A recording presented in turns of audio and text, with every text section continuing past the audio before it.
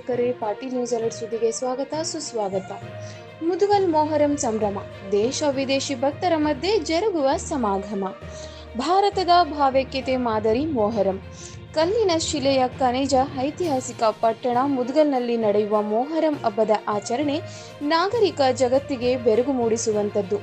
ಜಾತಿ, ಮತ, ಪಂಥ, ಪಂಗಡ ಭೇದ ಭಾವವಿಲ್ಲದೆ ಮಾನವ ಕುಲಂ ತಾನೊಂದೇ ವಲಂ ಎಂಬಂತೆ ಭಾವೈಕ್ಯತೆಯ ಬೆಳಕು, ಮಾನವೀಯತೆಯ ಸಮುದಾಯವನ್ನ ಹಾಲು ಜೇನು ಬೆಸೆದರೆ ಆಲಂ ದೇವರುಗಳು ಭಕ್ತರಿಗೆ ಕೇಳಿದವರ ನೀಡುವ ಸಾಕ್ಷಿ ಎಂಬಂತೆ ಮೊಹರಂ ಹಬ್ಬ ಆಚರಣೆ ಪ್ರತಿ ವರ್ಷವೂ ವಿಜೃಂಭಣೆಯಿಂದ ಜರುಗುತ್ತದೆ. ಮೊಹರಂ ಎಂದರೆ ಮುದುಗಲ್, ಮುದುಗಲ್ ಎಂದರೆ ಮೊಹರಂ ಎನ್ನುವಷ್ಟು ಪ್ರಸಿದ್ಧಿ ಪಡೆದಿದೆ. ಮುದುಗಲ್ ಮೊಹರಂ ಹಸೇನ್ ಹುಸೇನ್ ಆಲಂಗಳ ಸಮಾಗಮ, ಭಾರತದ ಭಾವೈಕ್ಯತೆ ಭವ್ಯ ಸಾಕ್ಷಿಯಾಗಿದೆ. ಐತಿಹಾಸಿಕ ಮುದುಗಲ್ 2 ಸುತ್ತಿನ ಕೋಟೆ ಹೊಂದಿದೆ. ಇಸ್ಲಾಂ ಕ್ಯಾಲೆಂಡರ ಮೊಹರಂ ತಿಂಗಳ 1ನೇ ತಾರೀಕು ಝಂಡಾದ ಧ್ವಜ ಮೆರವಣಿಗೆ ನಡೆಯುತ್ತದೆ.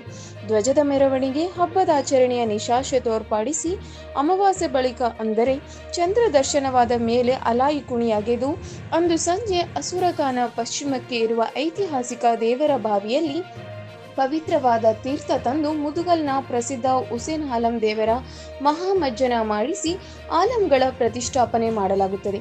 ವಿಶೇಷ ಎಂದರೆ ದೇವರ ಬಾವಿಯಲ್ಲಿ ಕರ್ನಾಟಕ ಸೇರಿದಂತೆ ಹೊರ ರಾಜ್ಯಗಳ ಸಾವಿರಾರು ಗ್ರಾಮಗಳ ಆಲಂಗಳ ತೀರ್ಥ ಸ್ನಾನ ಮಾಡಿಸಿ ದೈವಿ ಶಕ್ತಿ ಹೆಚ್ಚುತ್ತದೆ ಎಂಬುದು ಭಕ್ತರ ನಂಬಿಕೆ.